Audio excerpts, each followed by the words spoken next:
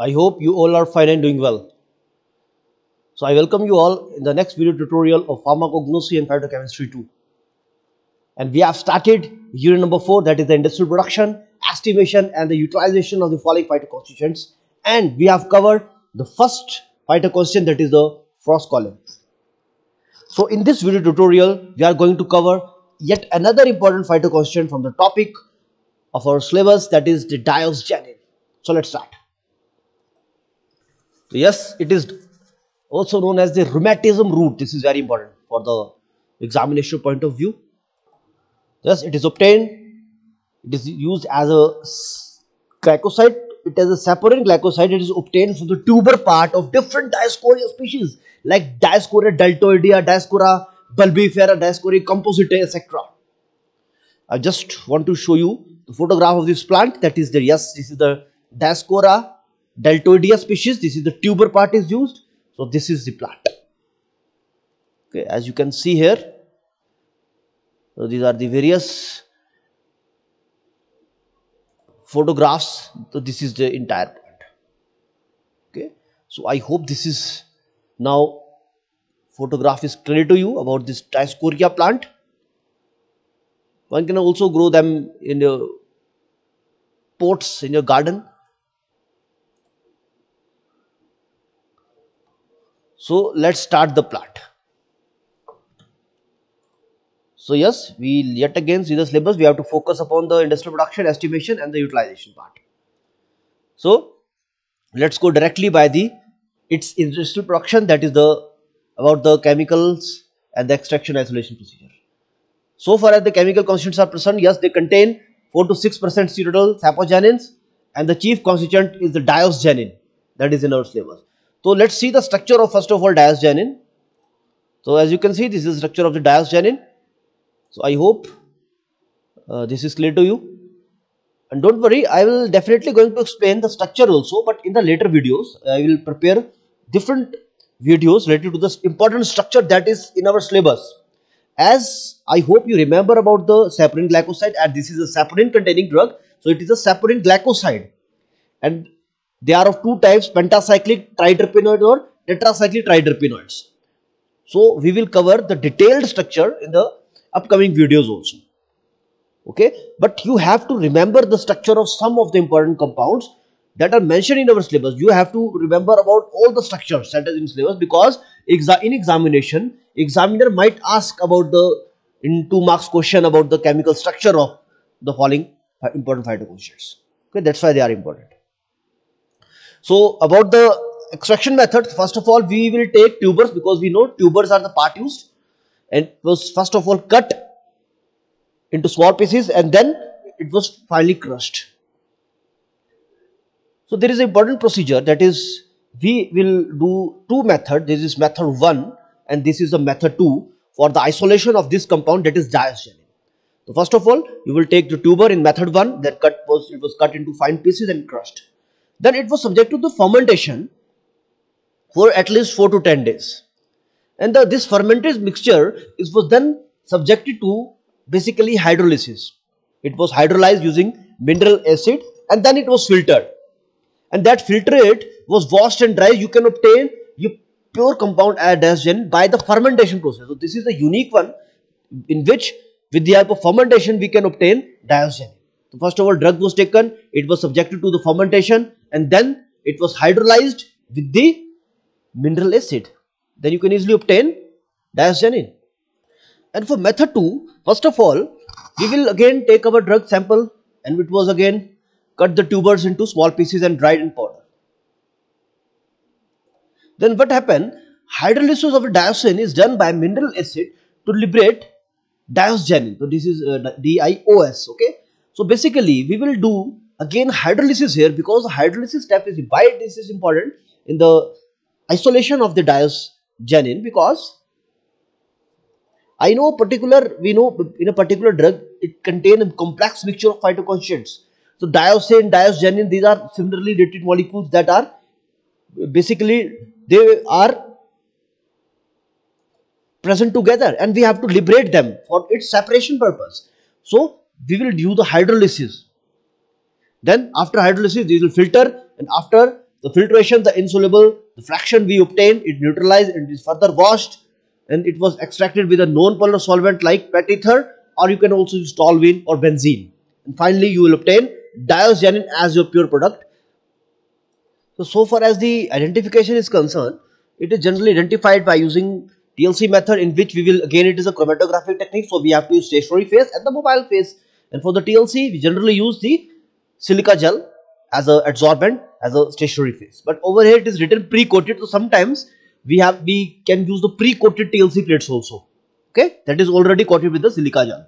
Then you will use a mobile phase, and in this case you will use a mobile phase as a benzene and ethyl acetate. And so why we are using this type of benzene or ethyl acetate as a non-polar mobile phase? Because we know in the isolation also diazoxanine has solubility in the non-polar organic solvent. So in case of TLC also, we will go for the non-polar organic solvent for its proper identification or its detection.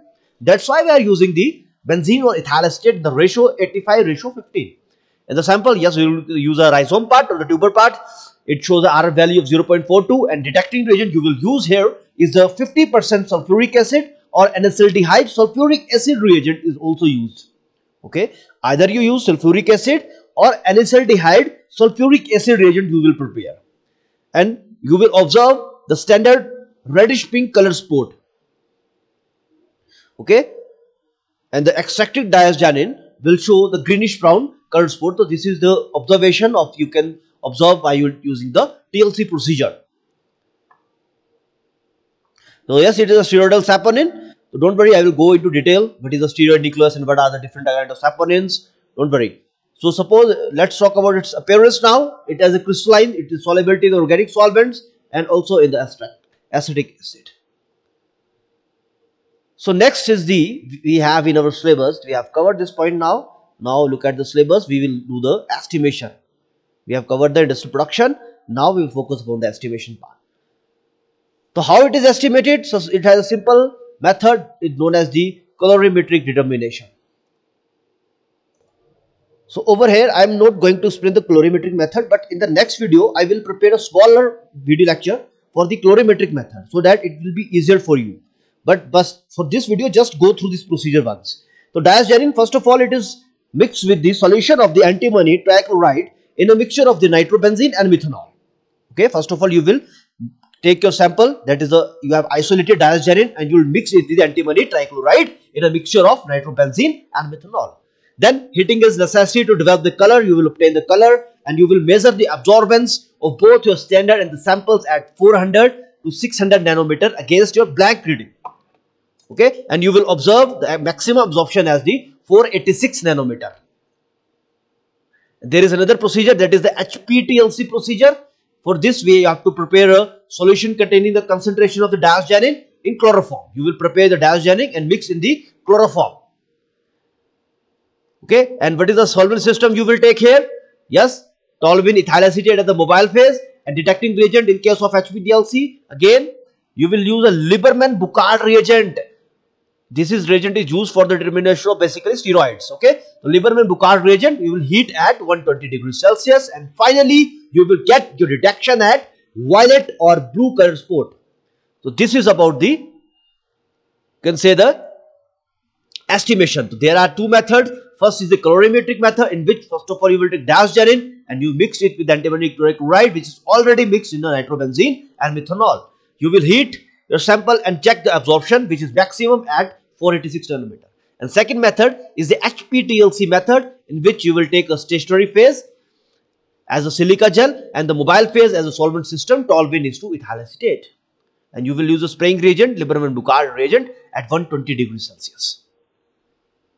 So we will do the utilization or the uses in the next video. So do watch the part 2, and I will prepare a small video of the colorimetric determination in the part 3.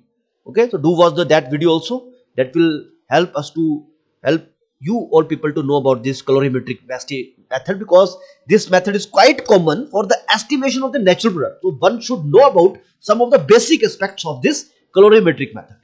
So again, I will acknowledge all the sources that I have used to prepare this video. Thank you for your valuable time. I welcome you all in the part 2 video of the diosgenin. We have completed the industrial production, estimation of diosgenin. So in this video tutorial, we are going to see the utilization, what are the different application of this very important pharmaceutically active compound, that is diosgenin. So let's see first of all from the book. So we have completed this point. Diosgenin is utilized as a, look at this, precursor for the synthesis of the steroidal compounds such as corticosteroids, sex hormones and anti-fertility compounds. So yes, this is very important compound. Which one? Diosgenin, because this is used as a precursor for the steroidal synthesis like corticosteroids, sex hormones and anti-fertility compounds. So yes, it is used in different type of oral contraceptive drugs because it is one of the precursor for the steroidal synthesis. Also used in the treatment of rheumatic arthritis because we know it is known as the rheumatic root also, and natural hormone replacement therapy, hormonal imbalances, it is widely but recommended.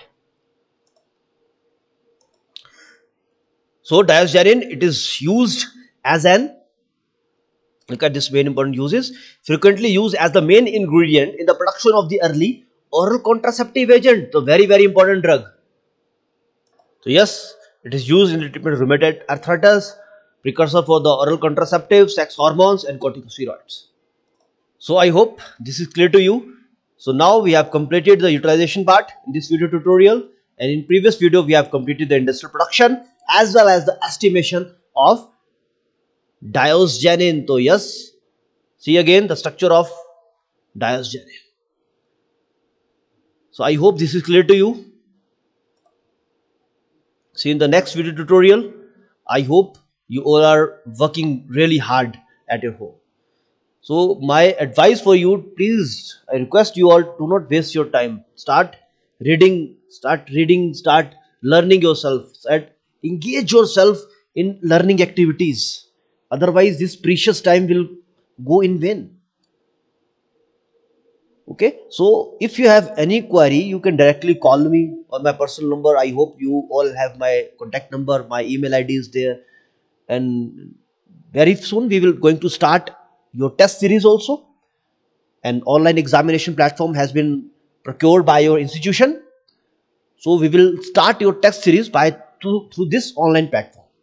Okay, and all the teacher will definitely going to give you details about that in the future. So why I am sharing you this, because I am just telling you that you will start preparing for your sessionals and pre-sessional examination, because they are definitely going to be held very soon. So thank you very much again for your patience, for your listening, and I hope to see you all again. Okay, thank you. I welcome you all in the next video tutorial of pharmacognosy and phytochemistry 2. So in the previous video we have completed yet another important phytoconstituent, that is the diosgenin, and we have already completed foscolin. So in this video tutorial I am going to discuss about this colorimetric method of the analysis, because we have observed that this colorimetric determination, it is frequently been used for the estimation of the natural products or the natural phytoconstituents. So one should have a brief idea about this colorimetric estimation, how this done and what is the basic principle involved in it. So we will just go in brief about this colorimetric determination in this video tutorial. So let's start. As you can see, colorimetric analysis is used to determine the concentration of the substances that absorb light in the visible region. I hope you remember about the UV visible region, and this is the visible region, that is the 400 to 800 nanometer. And what is UV visible region? Please go by the video of UV visible spectroscopy, 200 to 800 nanometer. Yes, it also obeys Lambert-Beer law. So I hope you remember about this Lambert-Beer law also. Yes, absorbance is equal to your coefficient, that is the molar absorption coefficient, and the concentration and your optical path length. I hope you remember about this whole scenario of the Lambert-Beer law, because we have already, this is the cuvette you will use, and this is the path length, and this is the intensity of the light passes from this cuvette, and this cuvette contain your sample. Okay, and how will you interpret results? How will calculate? You will calculate absorption, and it is equal to what?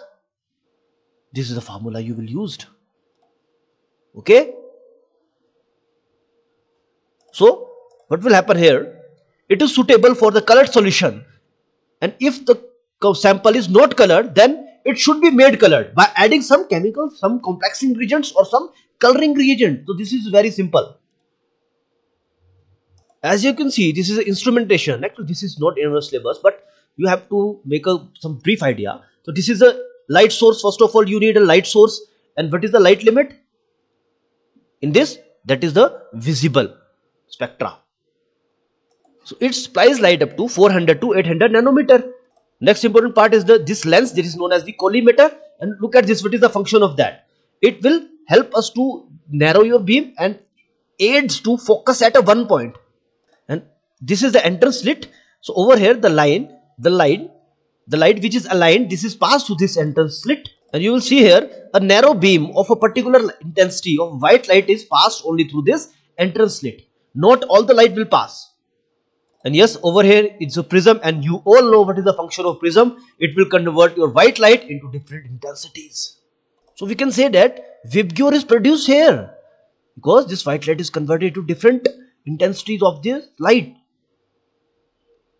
Next is this is the exit slit. So over here only the chosen wavelength will pass through this exit slit, and all the other wavelengths are absorbed. So finally what you observe here, this is the main part. So you will see here, this is the particular light that has passed through this sample. This is your sample. So this has intensity of I naught, and over here the intensity of light changes. So this is detected by a detector, and there are different type of detector, and finally you will record your reading in a recorder. So in this way, this will also follow Lambert-Beer law, and your change in intensity will be measured by using this colorimetric analysis. So we will calculate the amount of the light absorbed here, because some of the light is also absorbed and some of the light is passed. That's why its intensity is changed, na? So you will calculate the absorbance also. Now see again the estimation method for the diazoxanide, that is using the colorimetric method. So first of all, diazoxanide is a colorless compound. So first of all, you will have to make it color using antimony trichloride in a mixture of nitrobenzene and methanol. And you will heat the sample, it will develop color. So first aim is objective is your achieved, that is the formation of the color. And what is the next step? Yes, you will measure the absorbance of both the standard, and yes, you will take a standard sample and your sample that you have isolated in your laboratory, suppose, and you will measure at a wavelength. Look at this visible range again, 400 to 600 nanometer, and you will observe the maximum absorbance as 486 nanometer. This is the simple procedure for the colorimetric method of analysis. So I hope this is clear to you. So I acknowledge this channel for this preparation of this video, and I request you do not share this video, because this is only intended for the education purpose. That's why I have used this YouTube video. So again, I request you all to start your learning, and again thank for your patience and listening. Thank you.